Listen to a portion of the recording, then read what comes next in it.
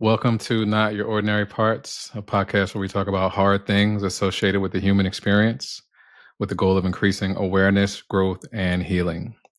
You may hear information from professionally licensed therapists, life coaches, doctors, healers, etc. This information is not medical advice or therapy and is not meant to replace actual therapy or instructions given by a doctor or a personal therapist. I'm your host, Jalon Johnson. My guest today is Michelle May. Michelle is a psychotherapist, author, trauma specialist, a survivor, a teacher, and a guiding force in the world of emotional healing. She has dedicated her career to helping people uncover the unconscious patterns that drive anxiety, depression, addiction, and even chronic physical pain. As the chair of the intensive short-term dynamic psychotherapy program at the new Washington School of Psychiatry, she trains therapists in deep transformational work that helps clients break free from self-sabotaging cycles. Michelle's expertise isn't just professional, it's deeply personal. Before she became the therapist she is today, she was a patient herself, battling the hidden wounds of perfectionism, people-pleasing, chronic pain, and opioid dependency. Her book, What I Couldn't Tell My Therapist, is a raw and fearless account of that journey, interwoven with the stories of two of her patients, exposing the unseen forces that shape our suffering.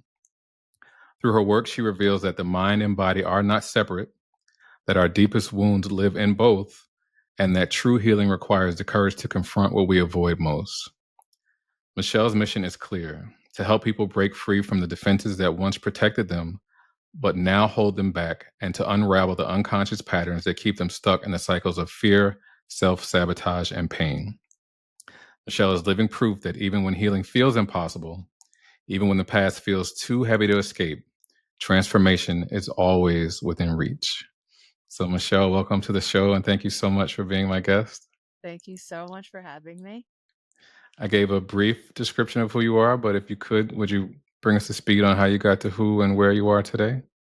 Absolutely. I'm from New England, went to school, got my psychology bachelor's from the University of Michigan, did a quick detour in consulting before I decided to go to graduate school to become a psychotherapist. And ever since I was 19 years old, I knew I wanted to be a therapist. And it really feels like a dream come true. I know we're going to get into a lot more details today about how and why and all that kind of stuff. But that's the incredibly short version of how I got here. Sure. Thanks for sharing that.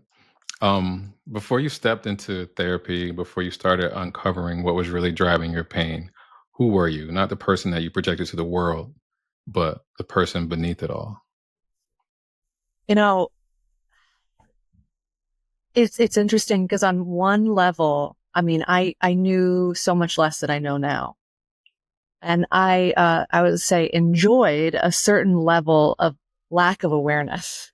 Mm. So once you get into this field or you've been in therapy, you start to learn a lot and then you can kind of comment and notice a lot. So when I think back to who I was before all of that, sometimes I wonder what was going on in my mind if I didn't know all of this different stuff. And I think there's actually a really lovely and peaceful element to really being ignorant about what's going on inside of you. But of course, that comes with a major price because, who I was probably ever since I was in the sixth grade. I was very driven by grades, very driven by being good, terrified of getting in trouble. Before then, that was not the case. I was a bit of a troublemaker, I think, in like fifth grade, and got a talking to that clearly shifted a lot for me, for better and for worse. But I always strived to, be beyond criticism, to make my parents proud. And interestingly enough, I also, alongside those strivings, always felt very oriented to helping people and also very oriented to the truth, trying to find out the truth of things, trying to have honest communications and connections. That's kind of been my way throughout my whole life, is kind of a craving for deeper connections and communication. So it's one of the reasons. that I became a therapist. So Um, the short answer, though, to your question is, I don't really know. I don't really know who I was. And that was okay for me, but I certainly learned along the way. I mean, that's honest. Let me ask you this. If someone asked you back then if you were happy, what would you have said? And would it have been the truth? Oh my gosh, if someone then asked me, and for some reason I'm thinking of college when I think of then. I don't know why I'm thinking of college, but I would have said, oh my God, I'm so happy. I'm so happy. I'm so happy. And of course, this was true on one level and very not true on so many other levels. I was lonely and I didn't know it. If you asked me in high school, are you happy? I would have said, yeah, I'm happy. And again, it would have been true in one way and very not true in another way. I wasn't lonely in high school, but I went through a really, really terrible depression my high school and sophomore year. This was boarding school, so it looks very different than what maybe a lot of people are imagining high school might look like. And before that, I think I just would have said yes, but not really understood what that meant, and probably not known if the answer was allowed to be no. Mm. Because if it was no, and you're not happy, especially, when we're younger, we think we have failed somehow, or we think we're not doing something right, or our parents aren't going to be proud of us, or there's something that needs to be fixed, that we're breaking some sort of rule of being an easy child. So I don't think I would have had the words to describe that back then. But I think I would have just been operating from the laws of you need to be easy and pleasing. And therefore, yes, I'm happy. Right. And if you say no, then what? That brings up so much. And I think if we're trying to be the good girl or the good boy, we can't even acknowledge that we may not be happy because that means we're disappointing somebody or we're not living up to a standard. Yes, exactly. And then if you say no, many of us, I don't know if you resonate with this, then have to deal with the fact that there's no one that can really come and help us with that no. So if we say yes and we keep it in the delusion of ourselves, we never have to meet that heartbreak of, well, no one knows how to help me get to it authentic. Yes. That's very true.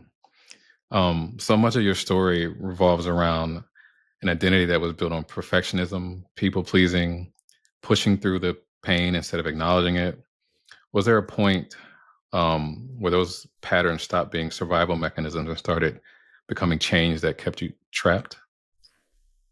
Yeah, this one is interesting because it's usually a cascade for people, and it was a cascade for me, meaning slowly the bolts that were holding the door closed, all those bolts that were those survivor mechanisms, slowly they start to rattle and fall off, and the door comes off the hinges, right? And so I think that is what happened with me as well.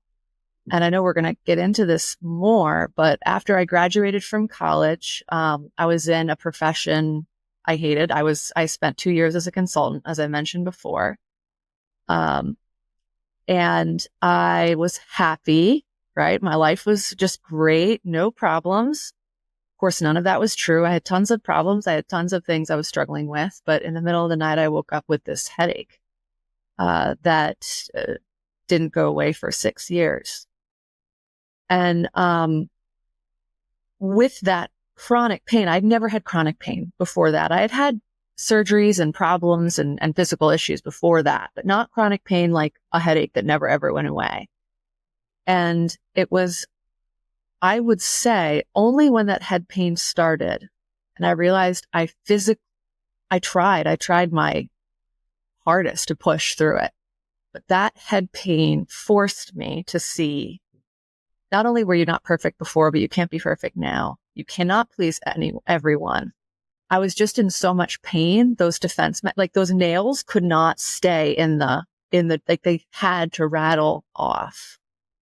And I wouldn't say, thank God I had that headache, because no, I hate that headache. That headache took years away from my life, but it did have the side effect of making it so my normal defense mechanisms no longer stood a chance.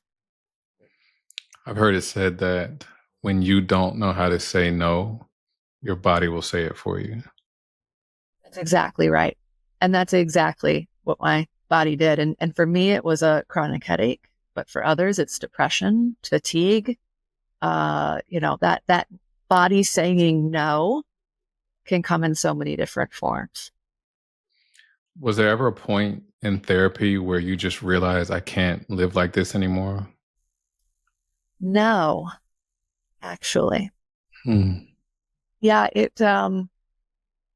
I've seen my own patients have that epiphany, but the truth is epiphanies like that are rare. They make great movie scenes, but, for me, it was a small step by step, becoming unhinged to refortify with a system that was actually genuinely protective rather than, or I should say genuinely protective to a current world rather than, protective to an old world. So it was such a slow process for me to realize I can't live like this anymore, but I had already made different shifts that made it so that I was no longer living like that anymore. So like for example, if I apply that to my current life and I think of like me a year ago, I'm thinking now I can't live like that anymore. Even a year ago, right? I'm too busy. What am I doing? Right. So, it is very rare that we have that kind of epiphany up front. And I certainly did not. It was slow. Do you think that there was ever a point where you realized that you were performing more so than living? That is a really good question. Even if you didn't realize it in the moment, but you realize it now and you can think back to a time where you see it.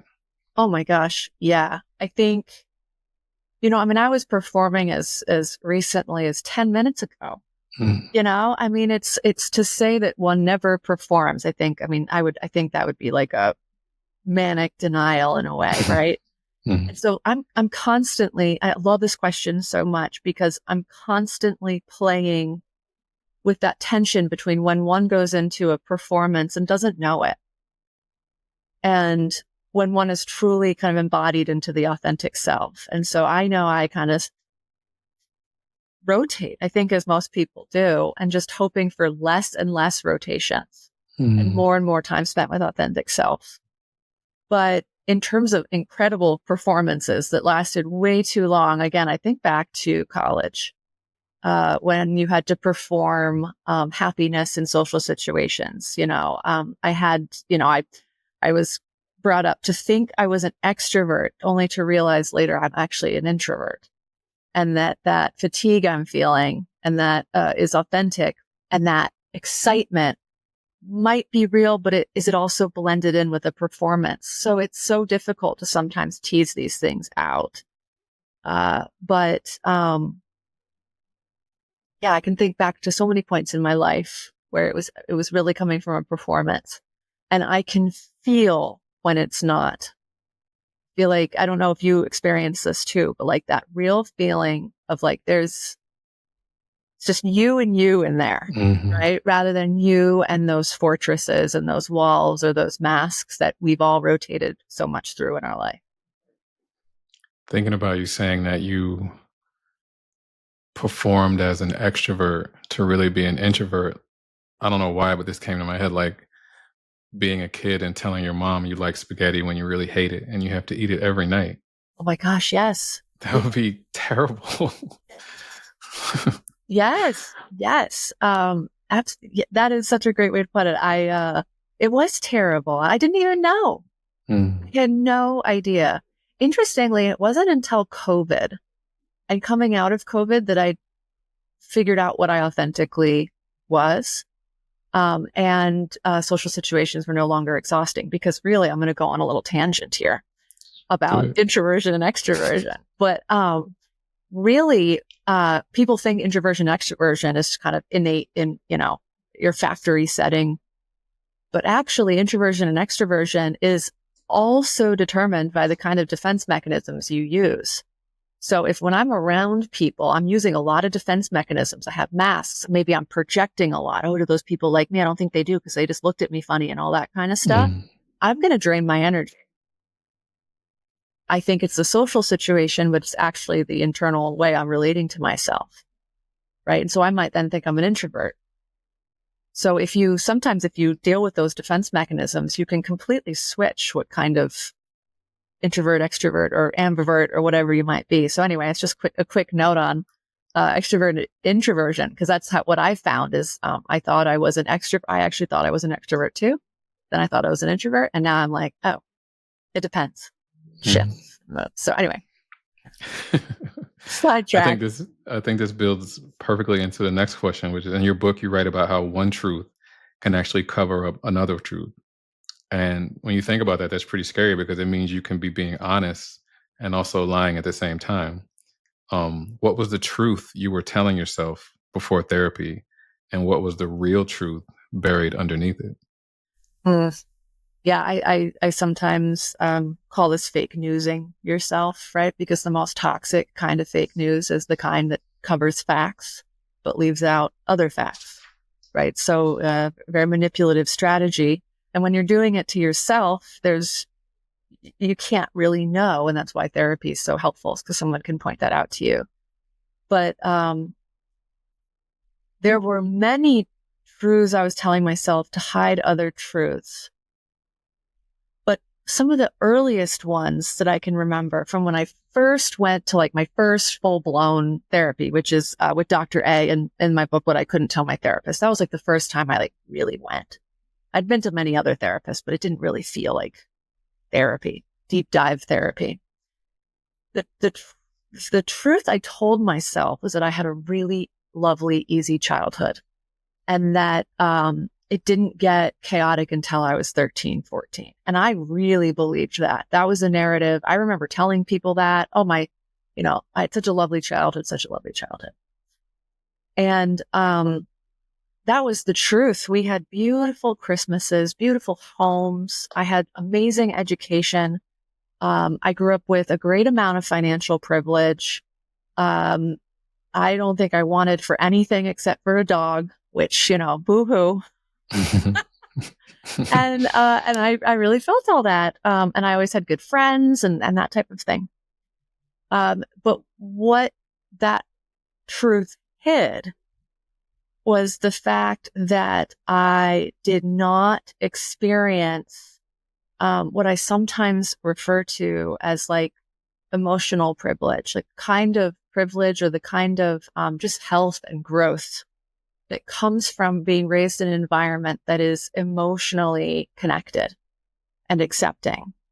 So I had no clue that I had learned, without knowing it, how to get rid of parts of my true self, my humanity, so that I could feel connected and safe in the environment I was in with my family.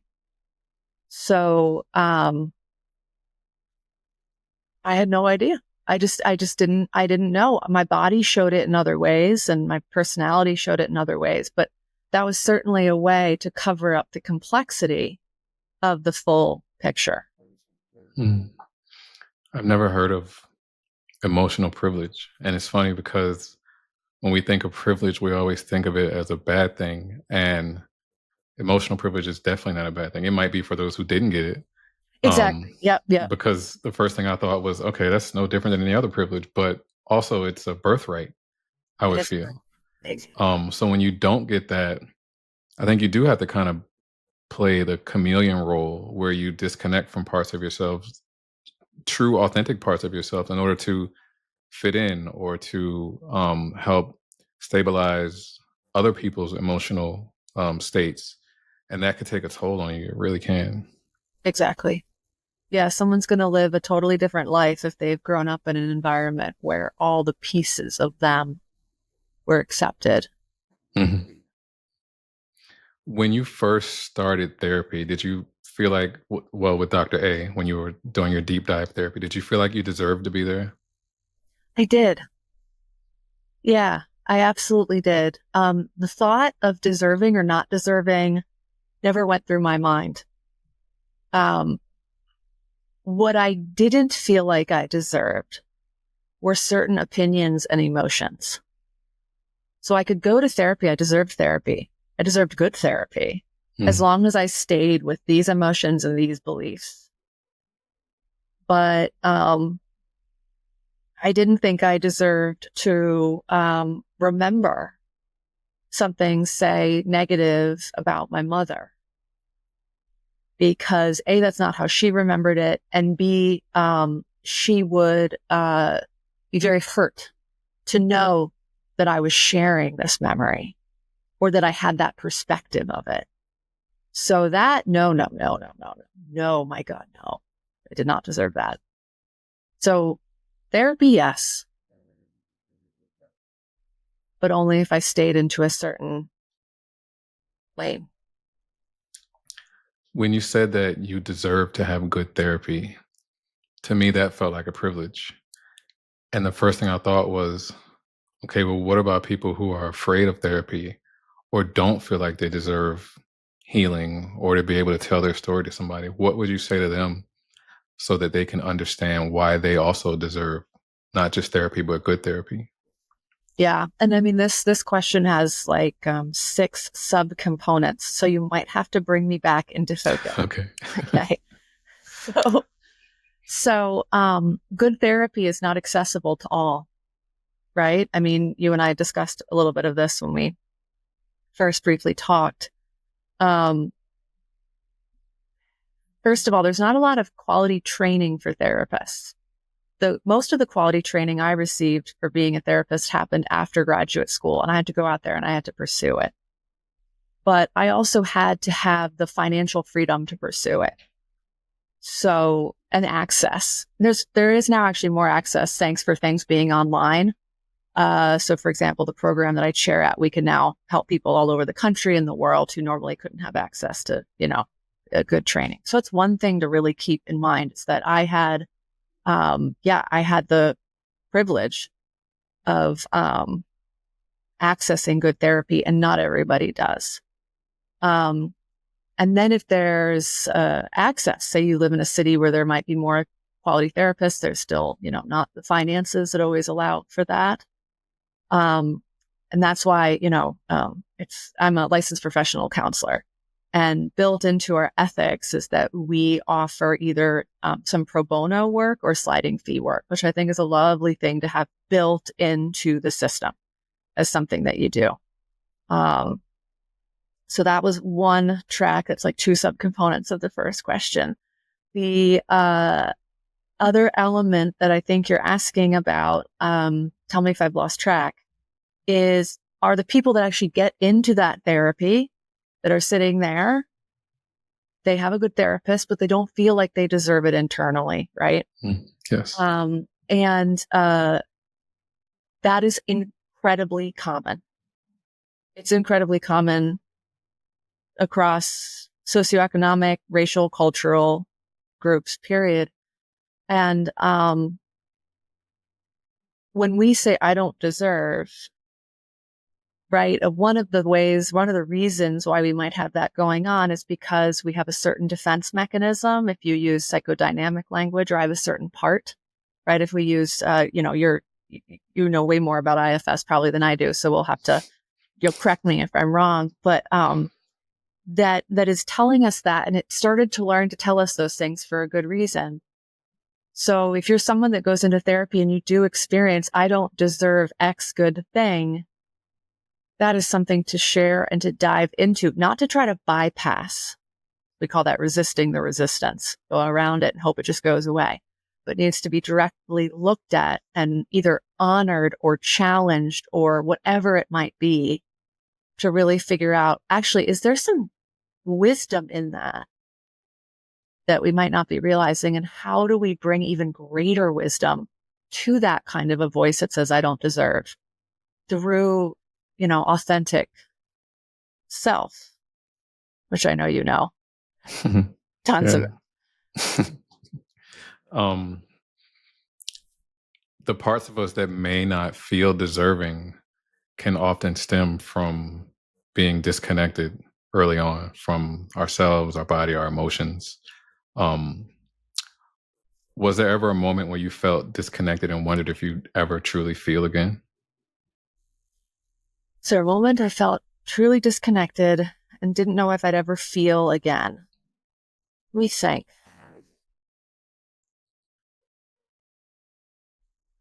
Well, I think I didn't start to understand the difference between true self and different parts and defenses until much later in my life. I've spent much longer on this earth without that knowledge so far than with. Mm. Um, I will say that with chronic pain that doesn't go away no matter what you do, that is there every second of the day, every second of the night, every moment of consciousness, that is probably where I had the most despair about, will I be able to feel anything but pain? Never mind even emotions. Like, am I ever going to be allowed to feel nothing? Mm. Nothing was even a benefit over the chronic pain. Emotions felt like icing on the cake, even negative ones, right? Anger, sadness. So anything but pain. So that would be the closest I'd ever been to just wondering, am I ever going to be able to live a life that didn't involve pain? Mm. I hate that you had to experience that. But also, I'm glad that you were able to get quality therapy so that you could have some relief from that. What I want to ask is, as a therapist yourself, what was it like stepping into therapy on the other side of the chair? Did you struggle to find the right therapist? And what made the one you finally connected with feel like the right fit or be the right fit? Yeah. So I had tried lots of therapists here and there, and they just didn't do the kind of depth of work that I know I needed. I didn't actually have that thought. I just thought, that's how Mm. that translated at the time, Yeah, right. Now I'm like, oh, now I understand why I was, and all that kind of stuff. Yeah. Um, but when I was in graduate school, I was in my last semester, and I was like, already seeing patients at that point, patients, clients. I use those terms interchangeably. And I knew I didn't have the right tools yet. I knew I didn't have the depth. I knew that something was missing. And so I got really, really lucky. And at the end of my graduate school, one of my professors specialized in what I specialize in now, which is a mouthful, but intensive short-term dynamic psychotherapy, or what I sometimes refer to as intensive dynamic psychotherapy. And it finally talked about like the cause of symptoms, not just addressing symptoms and not just validating people and listening to them and, oh, how was your week? But like deep dives, challenging, intense, like let's get real kind of stuff. And so when I knew I wanted to specialize in that, I thought, I'm going to have to see a therapist who does this. I'm going to have to know what it's like to be in the chair. Mm. And I didn't think I had that much to excavate. And I was like, oh, and I didn't think I was, had very little. I just didn't know. it was a big blank. So I got a recommendation to see Dr. A in the book. I went and I sat and I just knew this is where I wanted to be. It was challenging. It was hard. And I went in and my goal was, I want to learn everything I can about my defense mechanisms and blind spots. That was my goal. And I got what I got what I asked for. But,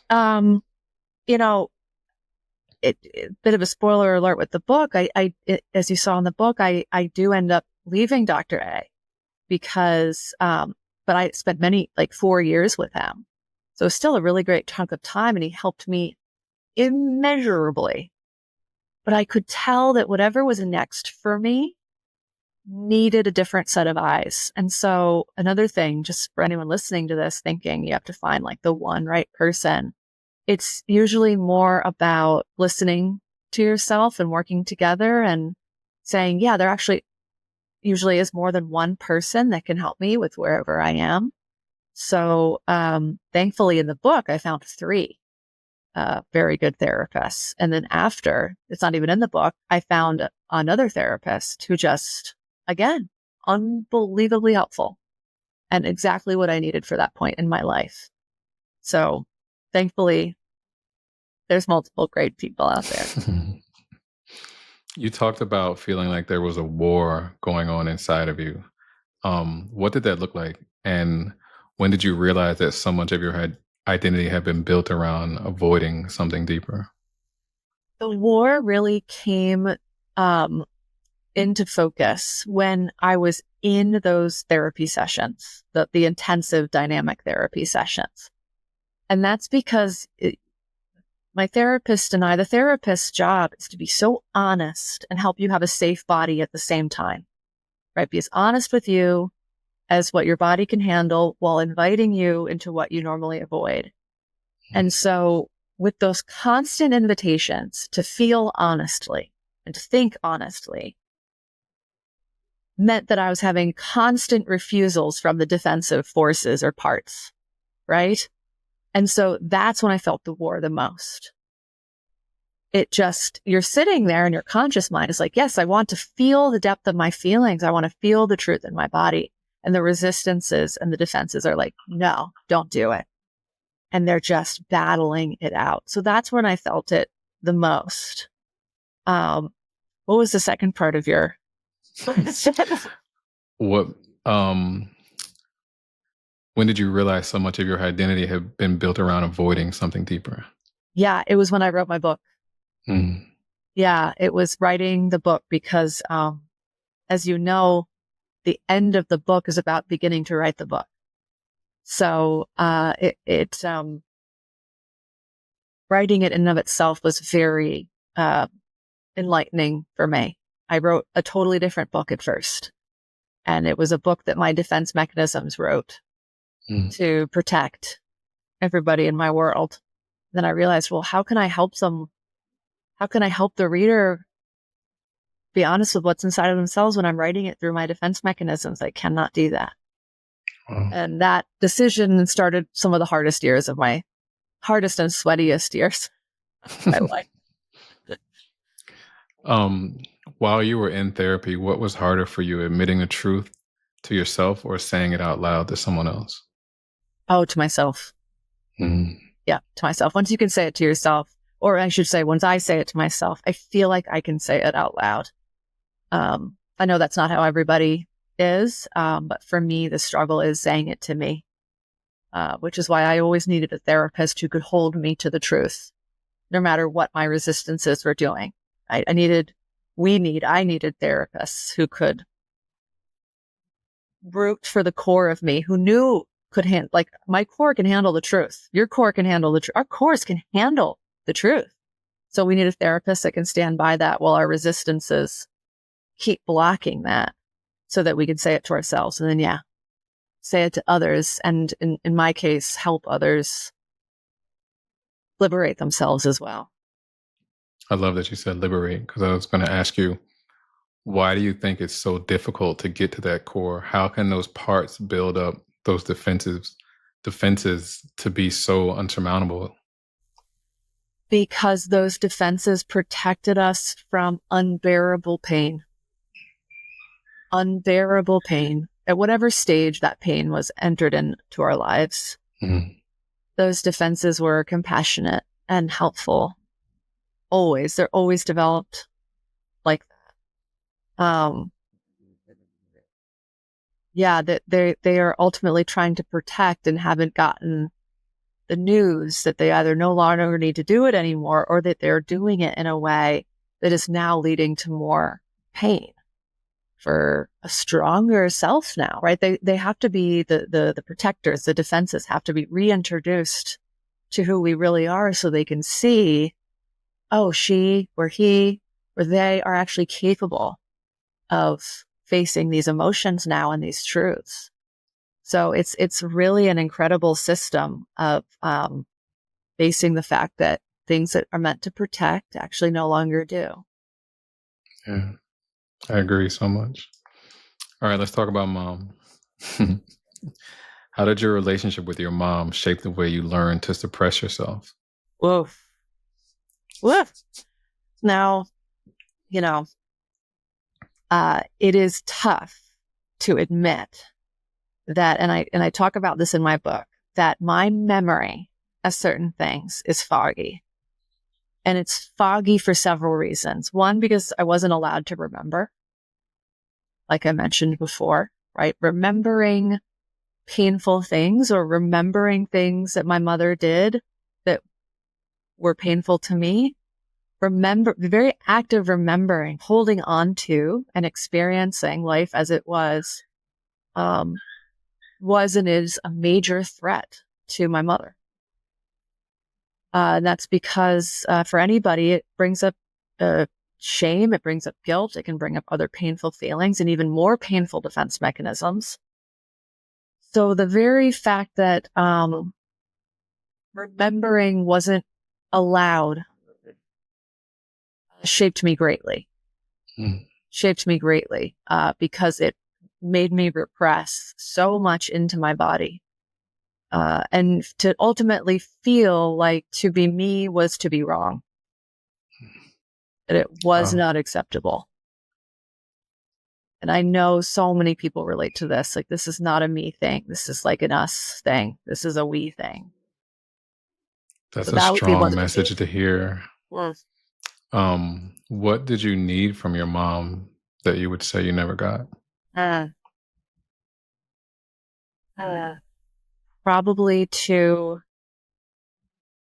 be seen exactly as I am, rather than through the funhouse mirror of her mind and body.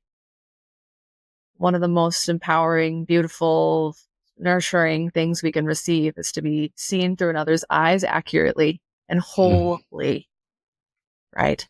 And when we don't get that distorted image can't do anything else but to land in us in a fractured and distorted way as well. That would be the thing that, if I could boil it all down, it would definitely be to that, to be seen clearly. You got the opposite of what you needed, which I think happens to a lot of us. Yeah. Yep, exactly. And it becomes more difficult when it's mixed in with moments of clarity. Right? If it's constantly distorted, that's very painful. But when it's a mix, it's right. We're not. Am I the crazy one? Right. Yeah. Yeah, it can be super confusing. Exactly. You go into detail about your mother's affair with the nanny in your book. Can you walk us through that and how discovering it affected you at the time and in the years that followed? Yeah, I mean, even this question, right? Like, I'll just bring you through my body experience. And I'm like, John, don't say that, right? I mean, it's like there's Right. like a thing in me, right? Because that was the moment. And I'm having a flashback. I'm like at my computer right now, sitting in front of an old manuscript of my book, the old one written by my defense mechanisms. And I have this story, right? This experience of my finding out about my mother's relationship with the nanny. In my head, I know how pivotal it is to me. And I'm sitting there in front of my computer and I start to sweat. I'm like, am I allowed to tell this? Am I allowed to tell this? And my mother's words are running through my mind. Keep this a secret. This is none of your business. Just betrayal and awfulness and all these things, right? So, you asking this question, it's like, oh, it brings, am I allowed to now say it on a podcast, right? It's there's still that dynamic to some degree, right? But then all that other work that I've done comes in and it says, this has been my life, right? These are not secrets that had nothing to do with me.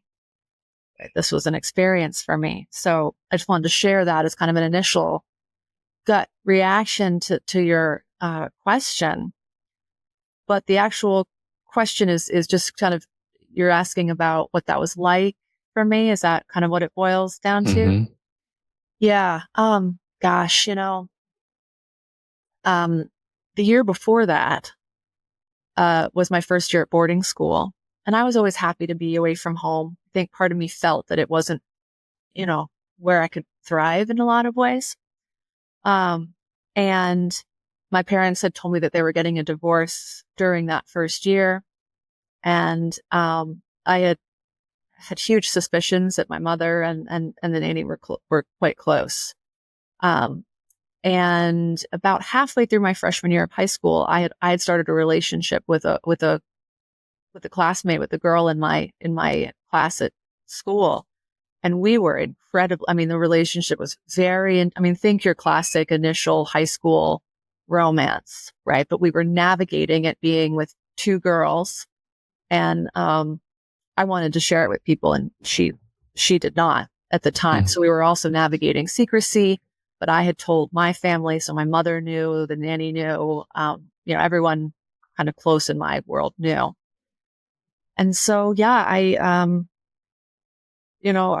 always a fan of the honest conversation. I asked both of them on the same day, actually, got up the courage, and I said, are you together? Because I would understand, as you know, I'm in a relationship with the girl as well. I have no problems with those things. Please, just kind of let me know. What I didn't say, what was inside of me, was please let me know so I don't feel so left out. Because they had such a, right, it was, it's like them, and then everyone else was on the outside.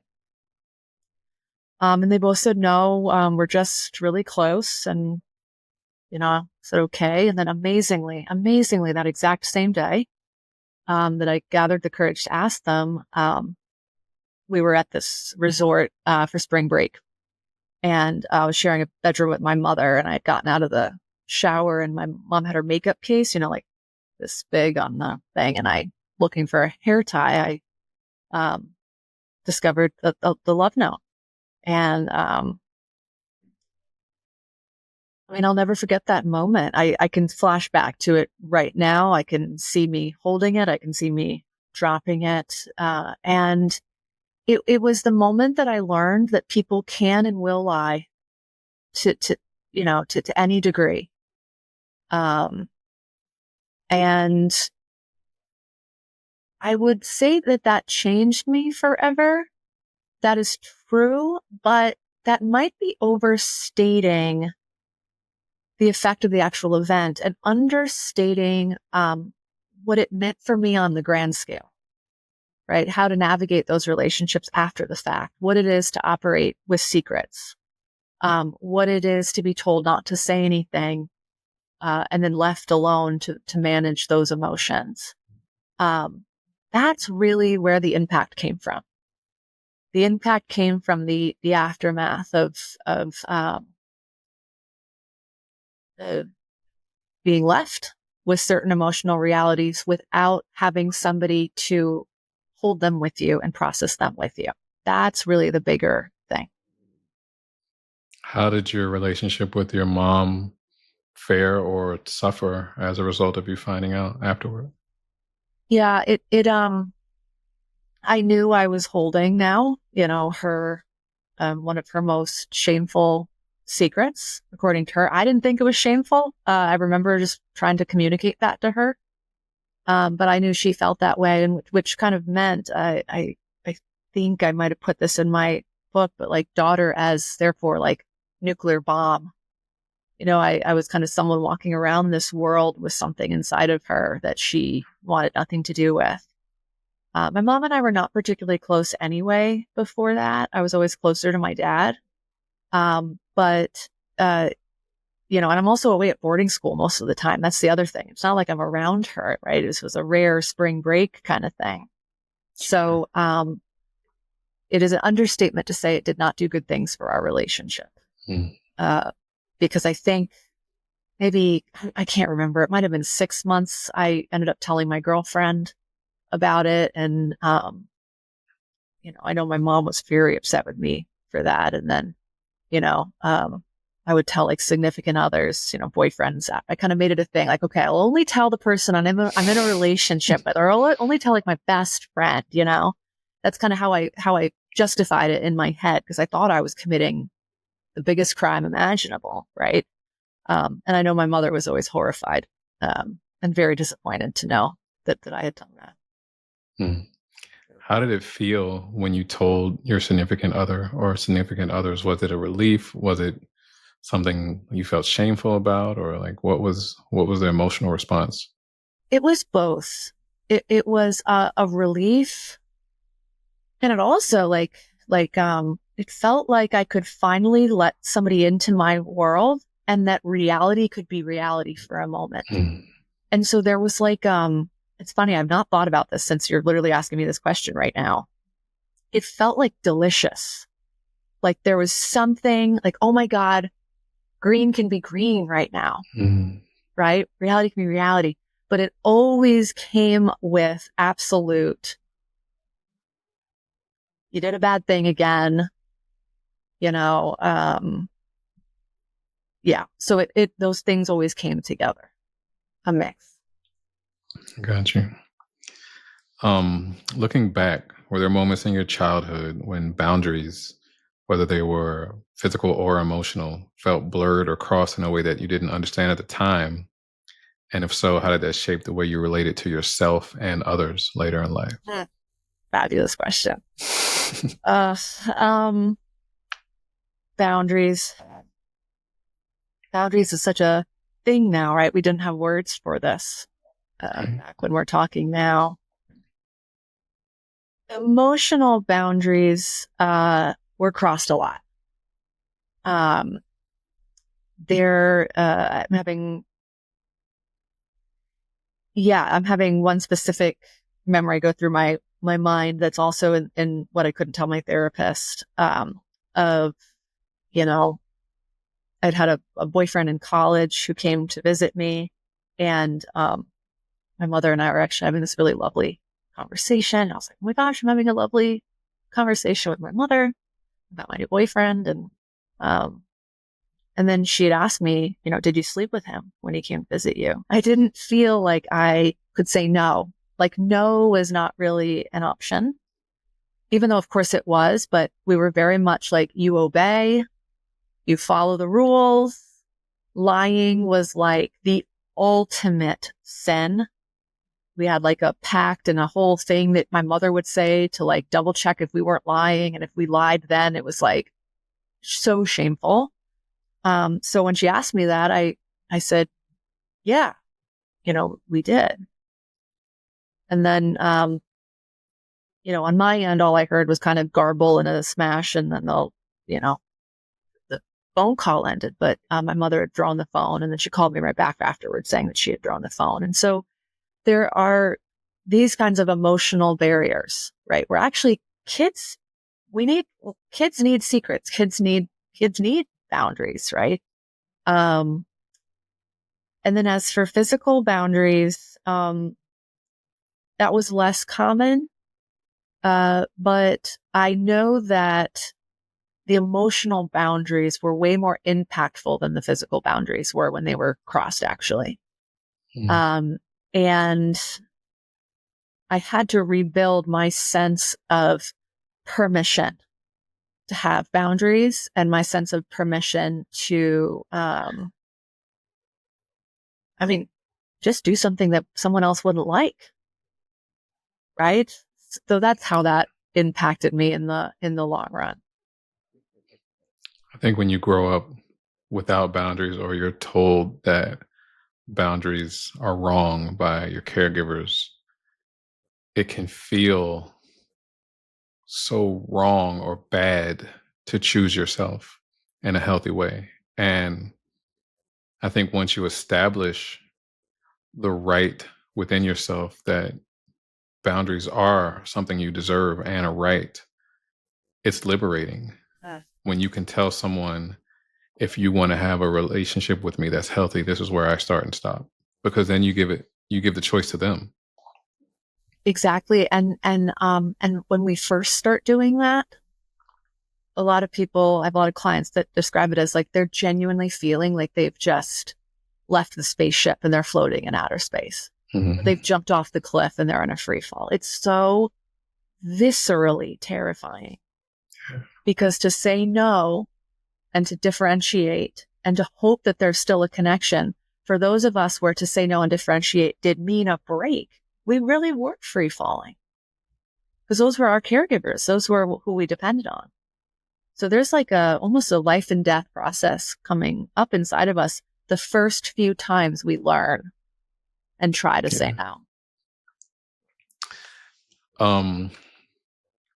I think your relationship with your mom really had a huge impact on who you became and the growth that you had to do to get to a point to where you realize what was best for you, that, maybe holding her secrets was unhealthy and that you weren't necessarily living for her. I want to ask you this. If mom was listening to this interview, what do you think she would say um, about how she saw your childhood? Well, I think my mother might have a little more insight now, but not a lot. But I think based on our conversations a while ago, she and I barely ever talk now. So I don't have an up-to-date answer on this. So that's probably the first thing I should say. I'm guessing right now. Is that it was a wonderful childhood, and she was so close to all of her children. And I remember when I would hear this, I would just be so confused about the closeness thing. I understood why she said wonderful childhood because of, our financial, position and, all the opportunities that we had to travel and to go to amazing schools. But the closeness thing always confused me because I don't have very many memories of she and I doing things together. I have lots of memories of my dad and I doing things together, even though my dad was almost never home.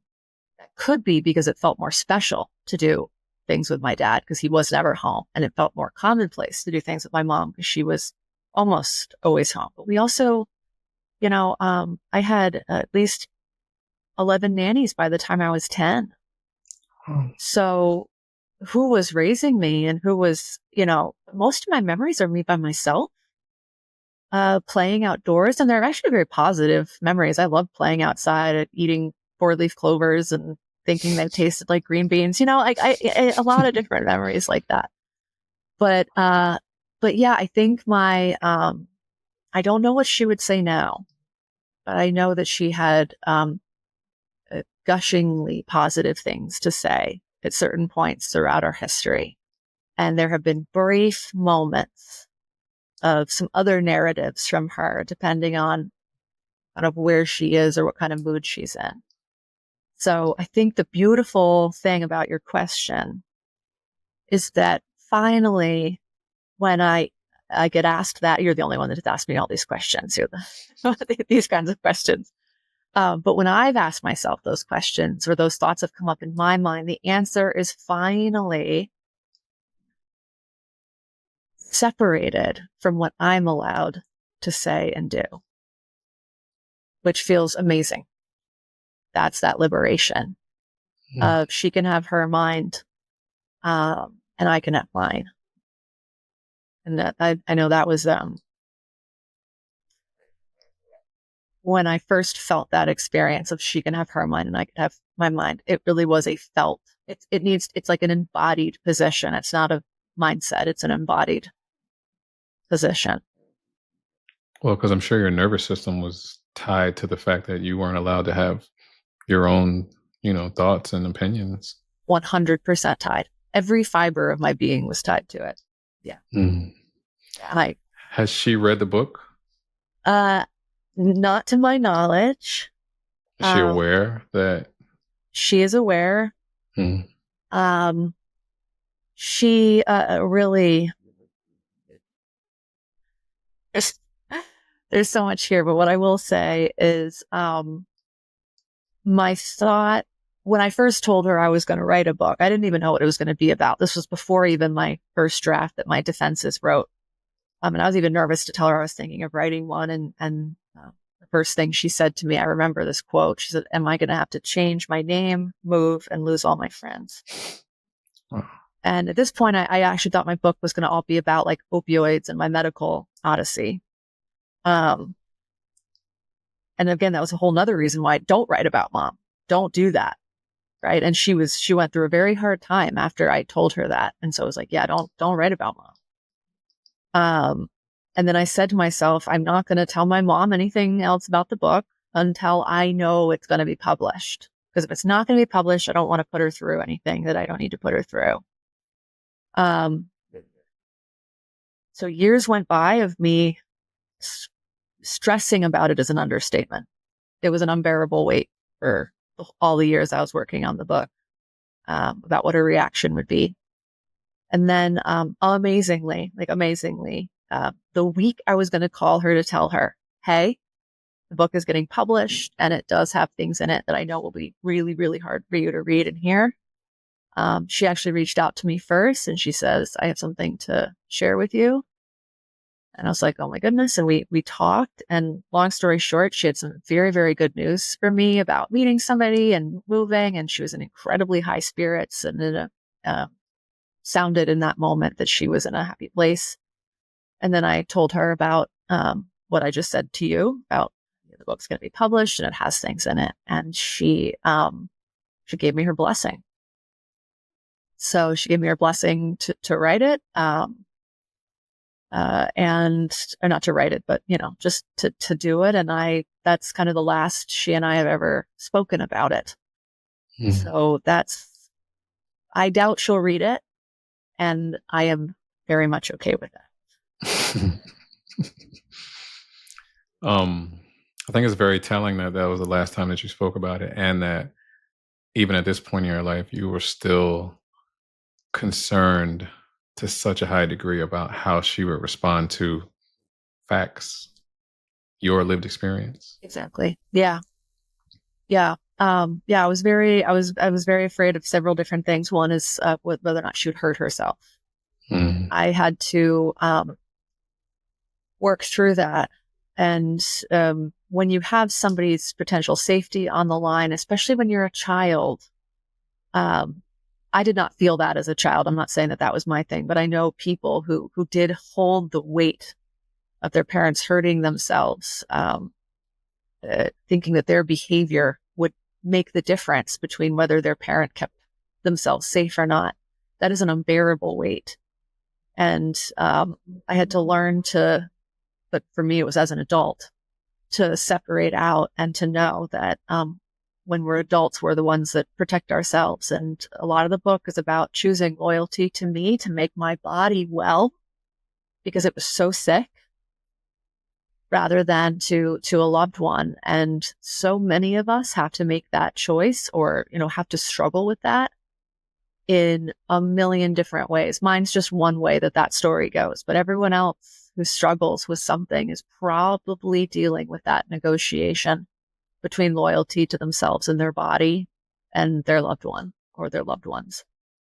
You've spoken about how deeply suppressed emotions like fear, sadness, and shame can surface in therapy. But anger can be one of the most complicated emotions to process, especially when it's been buried for so long. What was your experience of reconnecting with that part of yourself? So I didn't have any anger. What do you mean? Right? That was how I entered therapy. I'm not angry, right? And then, of course, my symptoms at that time, when I first entered therapy, all of my headache surgeries were behind me. So for those that aren't familiar who are listening, I had that headache for 6 years. And it turned out that it was caused by multiple factors. One factor was actually structural, and I had multiple surgeries, 2 of them brain surgeries, to cut away a part of my skull to leave more room for my brain to essentially breathe. And after that surgery, chronic headaches turned into sporadic headaches, which is the difference between day and night, right? Chronic pain and, a couple days a week pain. It's 2 totally different things. And what I found in therapy was that my suppressed anger was causing the majority of the headaches I was still experiencing. And the incredible thing about that anger was, so anger, right? Anger is so hard for us to understand, because we think anger means acting out. We think anger means yelling and being mean or getting physical. And that's actually what we call the defensive discharge. Anger, I could be feeling right now, sitting here with you, and you might not even know it. Anger is it's an invisible process, but it does come with, I know you know all this stuff. You're like talking just to listeners who might not. it does come with aggressive impulses and deeply aggressive impulses. And oftentimes the more we've been hurt, and oftentimes the more torturously we've been hurt, the more torturous our rage is to others, meaning the more torturous our impulses might be to others. So if you think about it, my head was really hurting. Guess what my unconscious wanted to do with my anger? Rip off heads, crush heads, smash heads, right? It was all about the head. And so once my therapist doggedly helped me get to allowing my rage in my body, which took a lot of work because I had a lot of defense mechanisms that suppressed it. Once we helped me get it into my body and we helped me get it to the place where I could actually see what it wanted to do, smash heads, crack heads, explode heads, all that kind of stuff. Only then could I face the other feelings that were behind that anger. Right? Because if we think about it, these are the heads of the people that I love. The heads of the people I craved connection and love with. And so the anger, it doesn't mean the anger is not real or that it needs to go away. It just means that the anger is also there because of love. And it's also there bringing up that grief of lost connection. And it's also going to bring up a really loving guilt. And I say loving guilt because guilt is the other emotion that's the most misunderstood. Guilt and anger. Guilt means I'm a really good person who did something that hurt somebody I love. It's very painful, but it also shows us that we love. And so getting to anger often, not always, means getting to all of other stuff, which is insanely painful. And we've been taught aggression is bad. Smashing heads, oh my God, what are you, a sociopath? Right? But it's like, no, we're not. We're human. And it can get much more gruesome than that.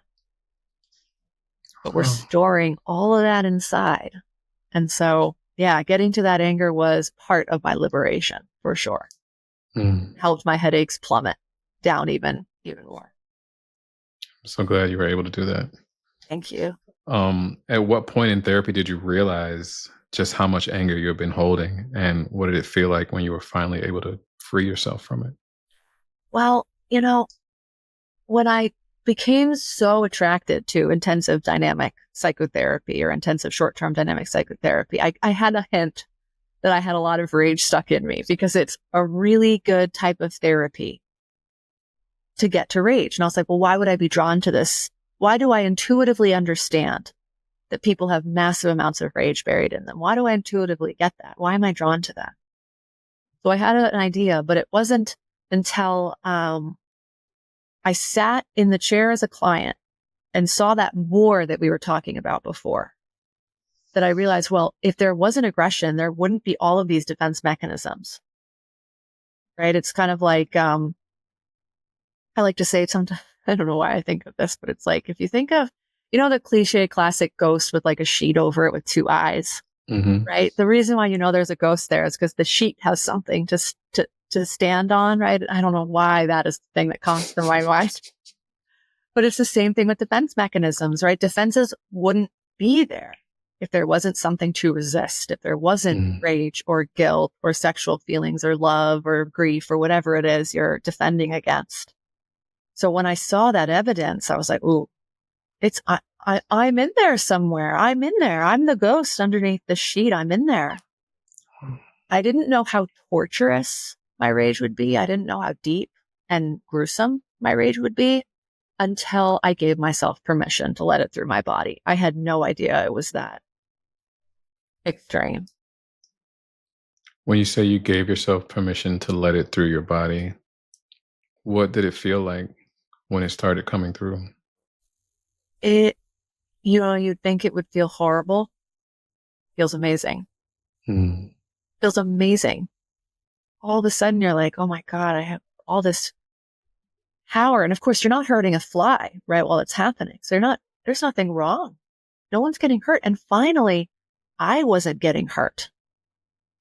My head pain would go down. So it's actually an amazing feeling. The anger itself is an amazing feeling. Now, all the stuff that comes on top of it's very painful. Like if this trying to stop it and shaming yourself or critiquing it or suppress, that's all very painful. But letting it actually through is freeing, like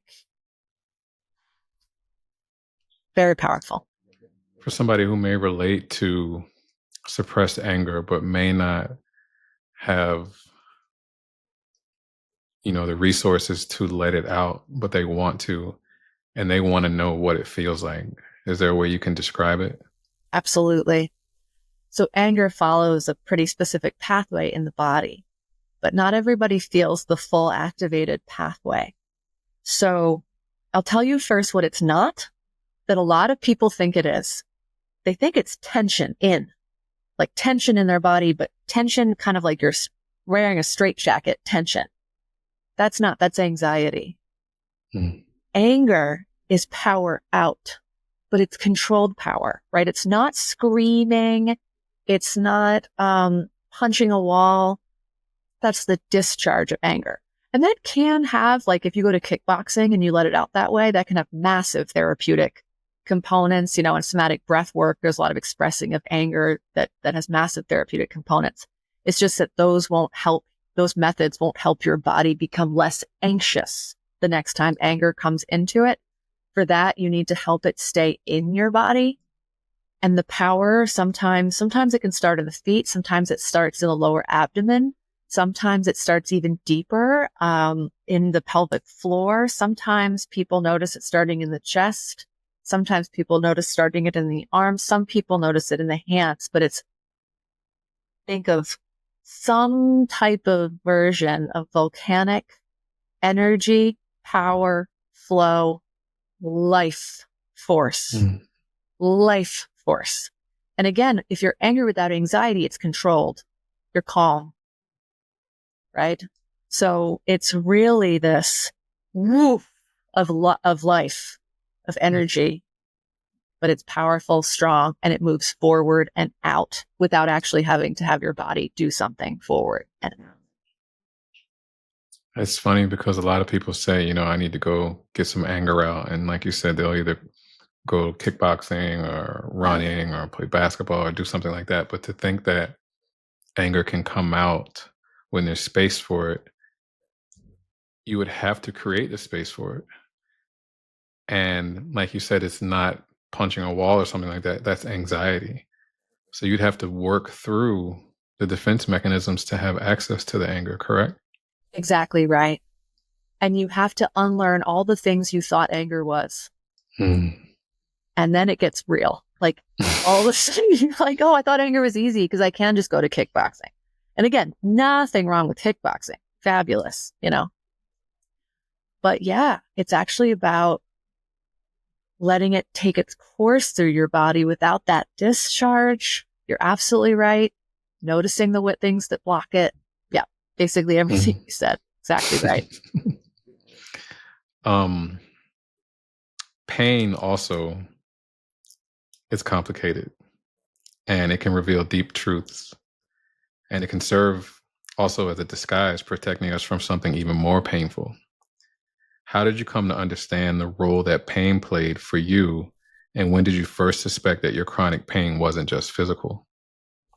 So physical pain, just to be clear, not emotional pain, but physical pain is so complex because pain can tell a truth that your body's not willing to face, and pain can tell a lie. So for example, my pain came from several different sources. My pain came from my brain not having enough space in its skull. My pain actually came a little bit from a couple of impacted nerves around the periphery of my cranium. My pain came from sympathy pains for all those people's heads I wanted to crush, right? Instead of just feeling my anger towards them and feeling the desire to crush their head, I would crush my head because I felt bad about it.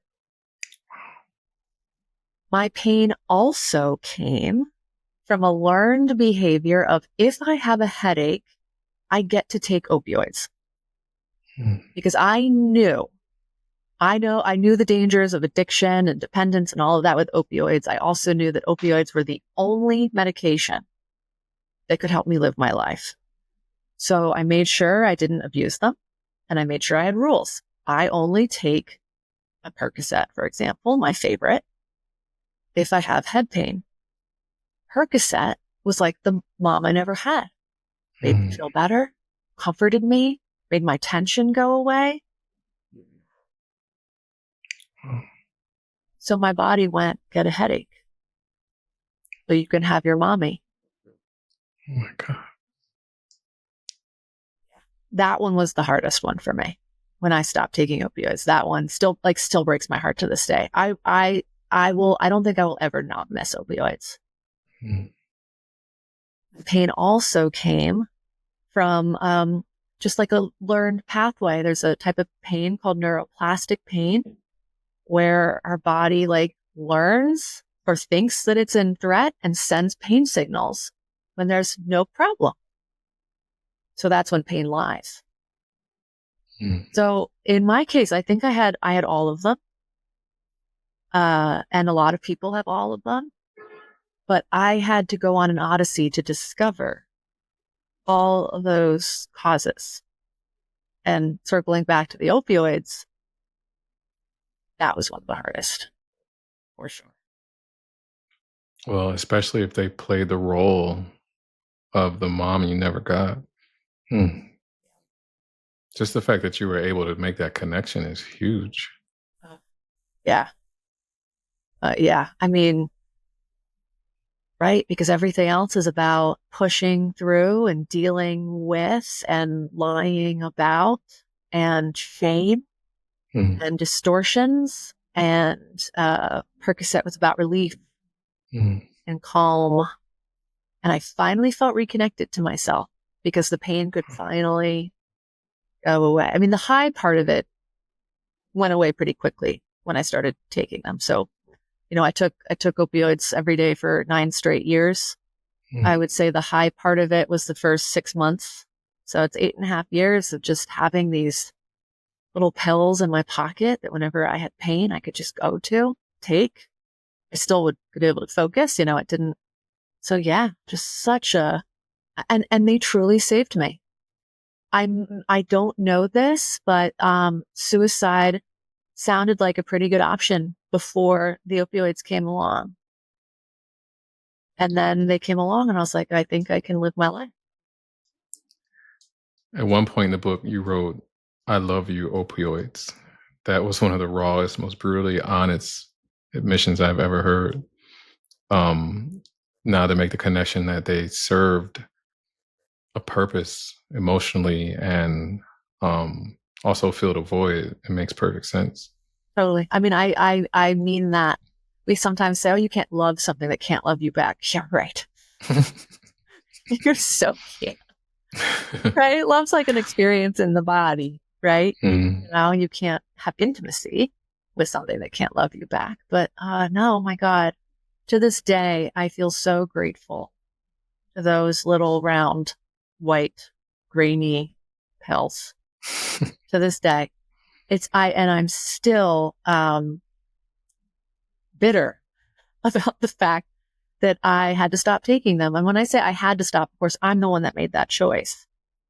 But, there's no replacement for that, right? No healthy replacement for that, other than my own comfort and love towards myself and having better and more loving relationships. But even still then, none of those take away my tension in 2 seconds and then make me feel all nice. So yeah, I do. What was harder for you, living with the pain or facing what it was trying to tell you? Living with the pain. It was harder. Gotcha. Yeah. That's for 9 years. I mean, I can imagine. Yeah. Yeah. Yep. Yeah. In therapy, you started to see how trauma and emotional suppression don't just belong to one person, but they can get passed down in families, and most times without anyone knowing it. How did you come to understand the generational trauma in your family, and how did that realization change the way you began to see yourself? The intergenerational elements didn't come into my awareness until pretty recently. Um, there's a beautiful book by Dr. Galit Atlas called Emotional Inheritance. Mm-hmm.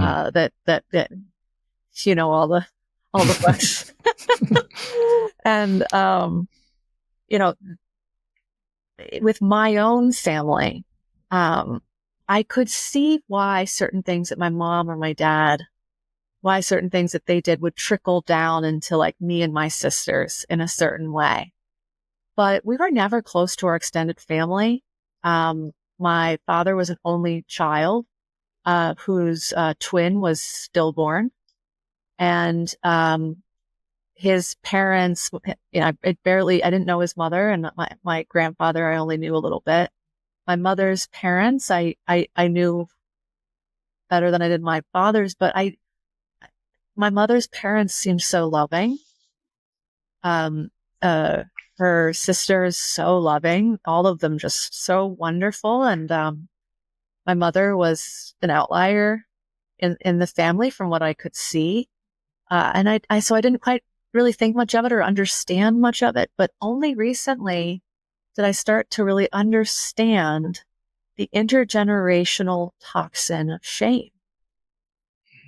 And shame being what so many of us are trying to avoid at any given point.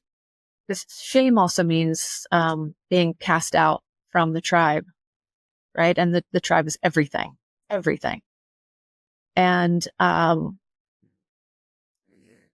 yeah, it's I'm still starting to learn about kind of how shame plays a role, but there's not a ton of intergenerational knowledge in my family, unfortunately. But for those listeners that have a lot of intergenerational knowledge, yeah, use it, take it, log it, write it down. It's such important information. Bringing it to your therapist and learning about how it moves through the family. Mm. I think that a big part of that intergenerational trauma and the reason why we suppress because of that can lead to a lot of defenses. And you talked about defenses that shaped your life, like dismissing, pleasing, avoiding, denying, minimizing, self-attack, self-neglect. If you had to name the defense that was the most dangerous, one that nearly cost you everything, which one would you say that was? Uh, well, I would say, without knowing if I'm right, but I would say right now where I'm sitting, it would be self-attack. Mm-hmm. So self-attack comes in many forms. One form that it comes in is me murdering my head over and over and over again, right? Instead of feeling anger outward. Self-attack also comes in, perfectionism is self-attack, right? Constant rejection of what you are, who you are, constant rejection of being a human being. That's what perfectionism is. Self-attack is constant commentary on what you're doing. These are all things I can use I in these statements, right? I'm saying you because they apply to so many of us, but self-attack would likely be the most detrimental defenses of everything that I have had and struggled with. Mm-hmm. It's relentless, and we're conditioned to do it, right? We're conditioned to pick ourselves apart and call it being driven, right? Or trying to be successful, or, pulling yourself up by the bootstraps kind of stuff. So, I mean, there's a whole bunch of ways that we've been conditioned to be so nasty and rejecting to ourselves. But then there's also the unconscious conditioning that says, yeah, don't be mad at me, be mad at you, in our relational dynamics and how we learn to take our anger towards others and reroute it onto ourselves. So I would say self-attack, the most toxic. I think a lot of people would agree with that. If somebody is trying to understand what self-attack could look like for them personally, can you kind of give a description of what self-attack is? Yeah, absolutely. Self-attack is when we take out aggression on ourselves. It could be something as simple as people that pick all of their nails off, right? And have like, it's different than just simply playing with your nails. But like really when we get into it, it can be being just really nasty to ourselves internally. It could be finding the one wrong thing we think we've said that one night and obsessing over it. It could be, trying to hit the bullseye every single time. And it's one thing to try to hit the bullseye. It's another thing that if we don't, we then inflict abuse upon us. Right? It's a joy stealer. It's a life killer. It leads to depression. It's one of the most common causes of depression. Because who's going to not be depressed? Who isn't constantly getting picked apart with the bully that they live with inside of them? Well, thank you for sharing that. Thank you for sharing your story in such a vulnerable way. After everything, the therapy, the pain, the breakdowns, the breakthroughs, who is Michelle May today? She is an ever-shifting, moving, evolving mess of humanness that I have come to so deeply love and admire and respect. And this whole book process has put that all together for me. I used to think, I think this is based off of Dan Gilbert's research. He might be with Harvard. I can't remember, but, Dan Gilbert researched the fact that once we like reach a certain level in our life, we're like, oh, that's me. I'm finally arrived. I'm here. And then we grow again and we're like, oh, that's me.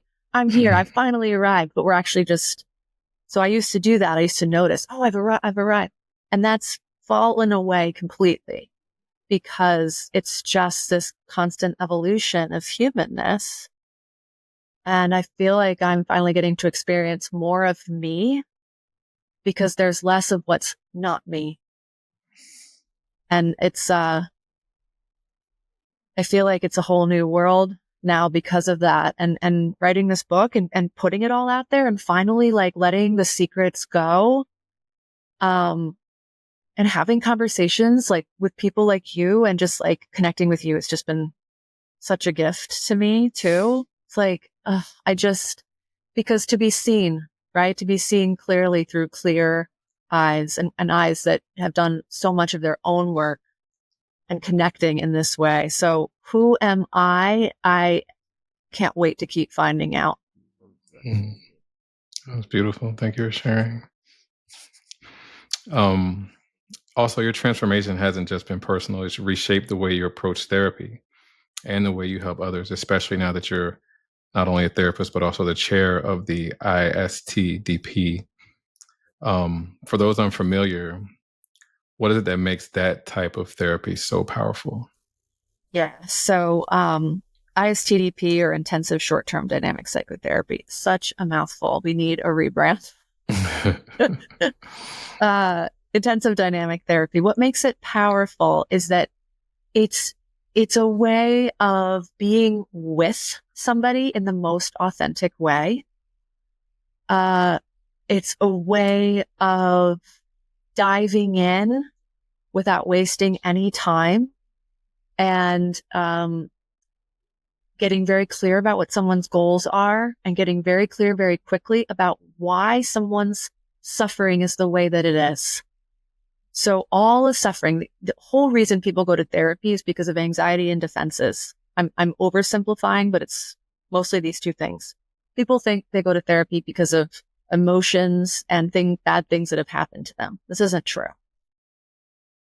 People go to therapy because if bad things happen to them and they have feelings and they're anxious about them and use defenses about them, that's what brings us undue suffering.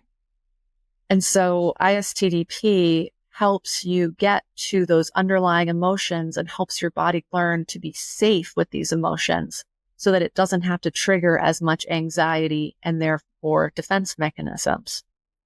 Every ISTDP therapist is different though, right? We've all got our own style and flavor and all that kind of stuff. But in essence, it should be more intense than your average therapy, more than you're used to. And certainly something that the soul craves. How has this modality helped you as a therapist? Oh my God. I mean, it has taught me how to get out of my own head and get out of the idea that the therapist knows what to do, and into the idea and into the reality that real transformation happens when you co-create an authentic bond with another person and listen to the innate wisdom in the other and help them uncover it too. It's not the therapist is so wise and, people come to us because we're so, no, right? It is actually, if we're trained right and we take our job seriously, it's that we have a commitment to the patient's authentic self, and we are willing to fight hard to help the patient reach it. And if the patient is not fighting hard, then we focus on what barriers are coming up that make the patient not do their part of the work or make the client not do their part of the work. And it's an entire system and way of understanding the difference between a person's authentic self, anxiety that needs help to be regulated, and the masquerades and barriers, the parts that stand in instead of the patient or instead of the client. So I'm never bored with this kind of therapy. I'm going to learn it my whole life. It's going to keep on going. It's a passion. It's an obsession. Since you've started this type of therapy, ISTDP, what are some of the biggest misconceptions you've seen about therapy? I'm so glad you've asked this. Well, there's some misconceptions about ISTDP that I'll bring up first, and that's that It is aggressive. It's not aggressive, or at least it's not aggressive in the right therapist's hands. I do know, unfortunately, there are times where a therapist might have the wrong idea of what ISTDP is and kind of go overboard. And that does happen, and that's unfortunate. But ideally, ISTDP is honest and relentless and soft all at the same time. So that's a misconception about ISTDP. But a misconception about therapy is that, it's just talking about, there are some therapies where people do just talk about their week, and that can be helpful, but it's not psychotherapy, right? Psychotherapy is really about diving deep. So, but another misconception about psychotherapy is that, how do I put this? Yeah, I think a lot of therapy, I'll actually kind of arrange my thoughts here. It's like a lot of psychotherapy has devolved into like chit chat. And that's unfortunate because we're doing something very special and something powerful, and people are coming to us, and we want to honor their true selves, like deepest wishes, which is to cut through the things that are making them suffer. And instead, a lot of times therapists end up aligning with the defenses or the parts, and they don't even realize it, right? Well, I want to be compassionate. I don't want to cut off my client. Of course, you never want to cut off your client, but do you want to cut off the defense mechanisms that cut off your client? Right? So, it's not exactly a misconception about therapy, but it is, in my opinion, kind of a shift that I've noticed, especially with certain social media content, that therapy is only about like validation and things like that and boundary setting. And it's no. I think the whole social media therapy topic is a whole nother podcast. That's why I'm so glad that you're on social media. Cut through the noise. Okay, so back to your book. Yes. Writing a book like What I Couldn't Tell My Therapist isn't just about telling a story, it's about revealing it. What was it like to put your most private, unspoken experiences into words, knowing that the world would read them? Brutal. It was brutal. I wish I could say writing it was liberating. Writing it was not liberating. Having written it was liberating.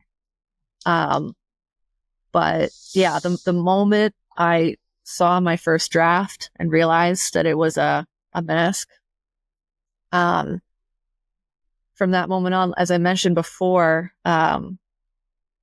it was just a constant, am I allowed to say this? Am I allowed to say this? Am I allowed to say this? Am I allowed to say this? Am I allowed to say this? And so, but I knew, right, that deeper, that's what my defenses were asking. Am I allowed? Am I allowed? But myself was like, just kept writing and writing and writing, and knowing that the more permission I could give myself to tell the truth, the more likely it would be that I helped somebody else do that as well. I love that. I do love that. One thing in the book you acknowledge is that both you and your clients are white, and you question whether your experiences and the emotional struggles you unpack would resonate across racial lines. What did the internal dialogue look like for you now that the book is out in the world, and what's the response been from people of different backgrounds? Yeah, most of my client base is white, and it is true that often people want to go to therapists that look like them. It's just a fact. Not, of course, that's not true for everybody, but it's true for a lot of people. So that internal dialogue felt really important for me to sit with. Do I, what do I do with this fact that, because when I was picking who to have in this book, it had to be people that would be comfortable and helped by it, had to be conducive to their psychotherapy. So I know that I was deeply aware that both of my experiences, both as a therapist and a client, are shaped by my identity as a woman, as a white woman, and as someone who's white. And so those three identities, right? Woman, white, white woman. And also because I was raised with so much financial privilege, I did question whether readers with different racial, socioeconomic, and cultural backgrounds would see themselves in the stories and feel like what was inside of those stories would resonate with them. At the same time, I also know that pain and trauma and the longing for connection, right? All of those are deeply human experiences. And while the specifics of how we move through the world, for example, how we're perceived, what barriers we face, the historical and cultural weight that we carry are totally different, the emotions themselves and the heartbreak, right? All of that transcends groups. And so that gave me some hope that the book could still be meaningful across racial lines. And now that the book is out, amazingly, the responses from all sorts of people have been just like beyond what I could have imagined in terms of, just the fact that the broken heart and the emotions and this having to sacrifice parts of ourselves to connect and be with the people we love is just, it's not a me thing, it's a we thing. And so, but I really had to sit with that. And, I remember thinking, oh, should I include, that wouldn't have been authentic to kind of what I was sitting with and what would have, who my client base really is. From reading the book, I felt no racial boundaries. Like you said, pain and heartbreak, I feel like is a we thing. And regardless of what you look like or how you've gotten those injuries, talking about them and relating to somebody who is openly sharing theirs, I think is deeply therapeutic. And that's exactly what your book is. So thank you so much. Thank you. You spent years helping clients uncover these unconscious patterns. Did writing your book uncover anything that you hadn't fully processed yet? Yes, so much. Right? Because again, it was like, oh my God, I'm still writing through my defenses. And then realizing I wanted to write a book and then bringing that up with my family caused a massive earthquake in my family. And then that earthquake led to even more realizations. And then those realizations led to, I don't want to give too many spoilers about the book, but like that final chapter of mine where I am like, what is in me that isn't, there's something in me. It doesn't, what is this? It's been with me. It doesn't belong to me. It took me a while to even know that it wasn't me and it doesn't belong to me. But then by the very act of writing the book and facing all that writing a book meant, it gave me the opportunity to see things in greater relief and feel things in me in a healthier body, which meant that I could feel what was me and what wasn't me even more, which helped me finally exorcise that which was not me, right? Which was, this funhouse mirror reflection. And since then, oh my God, it's just been more and more being and living and experiencing me as me. And it's, it's the biggest gift in the world. I'm so glad I decided to write this and let myself be miserable while I wrote it. Because if I hadn't said, oh, it's too hard, I wouldn't have gotten to these places. So sometimes we really do need to do things. I mean, it was actually too hard. It was too, I remember on the day that the book came out, I was having a lot of flashbacks to my writing process and how hard it was. And I just remember I said, I said to myself, I'm so sorry you did that to yourself writing this book, but you had to. And it was just that mix of, it was really hard. And I'm really glad I did it. What was the hardest chapter you would say for you to write? Oof.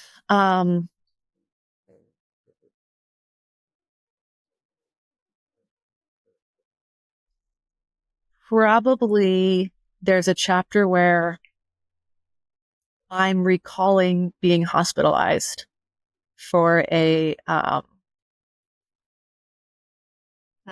another one just popped into my head. There's maybe two. They were all very hard, but the Emma and Walter's parts were not hard.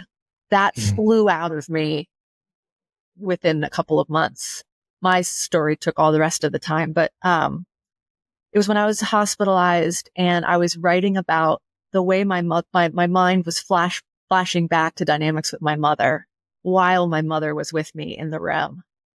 And that chapter was one of the first ones I started to work on when I realized that, oh my God, I'm going to put my mother in the book.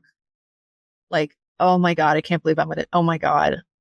And I'm even getting a little anxiety right now in this moment. I can feel a certain kind of anxiety, called cognitive perceptual disruption. And I'm getting a little dreamy. It will go away really quickly. That's kind of how mind functions. But just this writing that chapter and oh my God, not only am I about to tell this memory, but I'm writing this one, because it's all what went on inside of me in that hospital room. And, so that was one of the hardest ones. And then, some of the other ones that were hard was actually talking about some of the medical trauma, because some of that hadn't yet been cleared up when I started writing the book. So I would have some, PTSD symptoms come up around the medical trauma, which actually might be a little bit of why I'm getting a little foggy right now. It might be mixing with that medical trauma bit of, the procedures I had to stay awake for and write and write through. I asked for all of my medical records to write this book. And I read through every single word of this stack that's about this thick because I was barely there. Right. That whole time. So I had to make a timeline. And it really brought me back to all the different procedures. So those would probably be the two most. If you could sit down with little Michelle, the version of you who was still carrying all this pain, but didn't have the words for it yet, what would you say to her? And what do you think she needs to hear that she didn't hear? I have two flashes. My first flash is of this picture of me with big, thick bangs and pink corduroy overalls. So classic. And she needed a safe playmate. And she's about 4 in my mind. And she doesn't need me to say anything to her. She just needs me to go into the grass with her and play in the river and just be a solid other playmate, safe playmate. But then I flash to much older me. When you say younger me, I flash to, I think I flashed to 22, right after I left college and I was trying to be a consultant, and it was right when the headaches started. And I thought I was going to go to business school and become a therapist after and all that. And I was just so lost. And I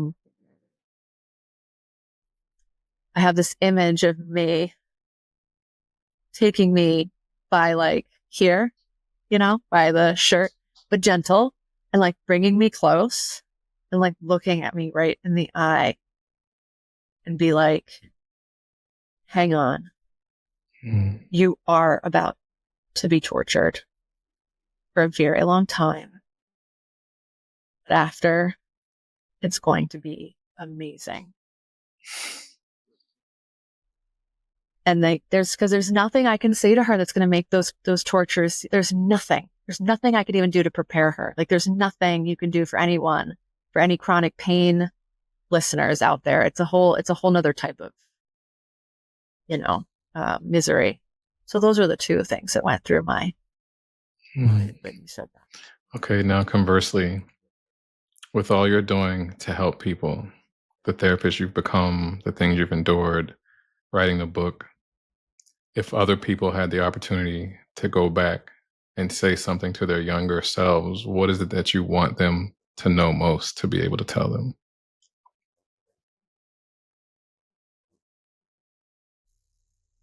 Everything. And I mean everything is loved within you. Yes, even that thing you just thought of, that would be an exception when I just said that. When I just said that, the thing you thought, well, not that. No, well, not that's the secret thing. That one, yes, that. And yes, that other secret thing you just thought. Yeah, all of that is loved in you ultimately. And even though that's not true now for where you are, it can be, because it's actually true, right? Whether you're religious and you think of God loving you, or you are spiritual, or you have no leanings towards any sort of spiritual or religious life or whatever. It's like, even so, as a human being on this earth, everything in you, this is a loved. That was wonderful. I'm sure people who needed to hear that will gravitate toward that. So thank you for sharing that. And rebel and kick and scream against it too. Probably a lot of people going, not that thing. But still, even after I say it, yes, even that thing, I say to them. When it's all said and done, if there was one thing that you want to be known for, what would it be? Woo.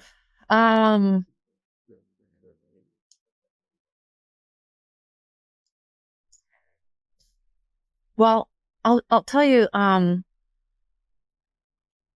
of the most common bits of feedback that I get, and now that like Amazon reviews are coming through about what I couldn't tell my therapist, a really common thing I'm getting is, you made me feel normal. Even though I'm different, right? You made my internal life feel more normal. And I think that if I want to be remembered for anything, it would be not a thought or a concept. It would be for a feeling, an experience, a felt sense of belonging to, and also separate from. And this is what I mean. It's like, have you ever been in a group, or even a relationship with two people, where you just belong and you feel so safe, but you also know you don't have to be like, and you can be different, and you're also both very individual. It's like the ultimate, right? I think it would be helping people achieve that feeling is what I would love to help people with. And then I guess therefore by extension be remembered for. That feeling that you're describing, is it that you want to help people feel that in themselves and with themselves? Yes. Okay. Yes. Yeah. I think that would be, it's nice to be in a group or be in a relationship where you feel that, but if you can feel that and you don't need anybody else. Yes. Yes. It has to be here. Mhm. Yeah. And then by extension. Right. All right. Last question. Having some If you could use your platform to educate anyone who may be struggling with their mental or emotional health and might be uncertain on how or where to start, what would you say? Well, we talked earlier about the inaccessibility of good psychotherapy, right? For multiple reasons. Not a lot of great therapists sometimes, money, location, all those types of things. So I wish I could say, go to therapy, right? But that's not reasonable and helpful for everyone for many reasons. So if you have the means and the opportunity and the right therapist, fantastic. You're so fortunate. Take advantage, do it. But one of the reasons I wrote a book,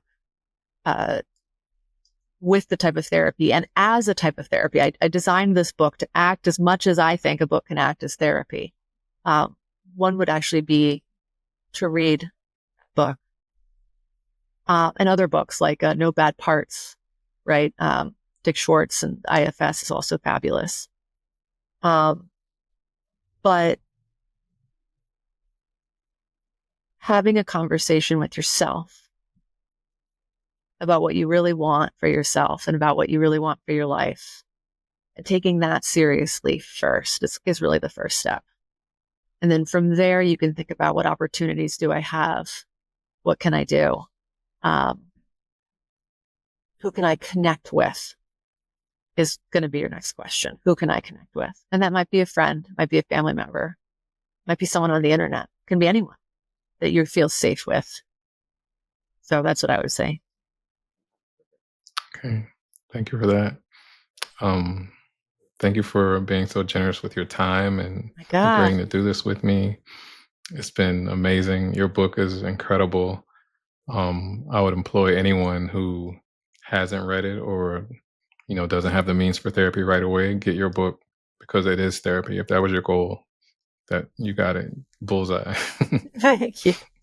Thank you so much. I just have to say, you are offering something so powerful to everybody here. When you reached out to me, I was so excited. But then when I met you and felt your energy and who you really are, I mean, you are the real deal. And I'm just like so happy you exist. Really, like I'm so happy you exist. And I'm so happy not only that you exist, but then you created something like this podcast that can then reach others because your voice is so important. And quite frankly, I'm honored that you invited me on here and that you spent so much effort. This interview was so thoughtful. It's the most personal one I've ever given by a long shot. And it was just such a comfortable thing to do it with you. Thank you so much. Thank you so much. I feel the same way. I do, I promise. If people want to find you online or on social media, where can they find you? Yeah. So, my Instagram is, Michelle M. May, LPC. I would have chosen a totally different handle if I know what I know now, but hey, that's what it is. First name, middle initial, last name, LPC is in licensed professional counselor. My website's the same exact thing, michellemayLPC.com. And, you'll find all the rest of the contact information on there. And then, yeah, those are pretty much the two main ways. And then where can they find your incredible book? Anywhere. You can find my book anywhere you like to buy your books. If you want to do Amazon. If you want to support local bookstores, you can do bookshop.org, and anywhere else. All right. Well, again, Michelle, thank you so much for this. Thank you so much. This is my pleasure. Really. Thank you for who you are. Thank you for the work that you've done. Thank you for your book. Thank you for how you do the work that you do. And thank you again for your time. This was so my pleasure.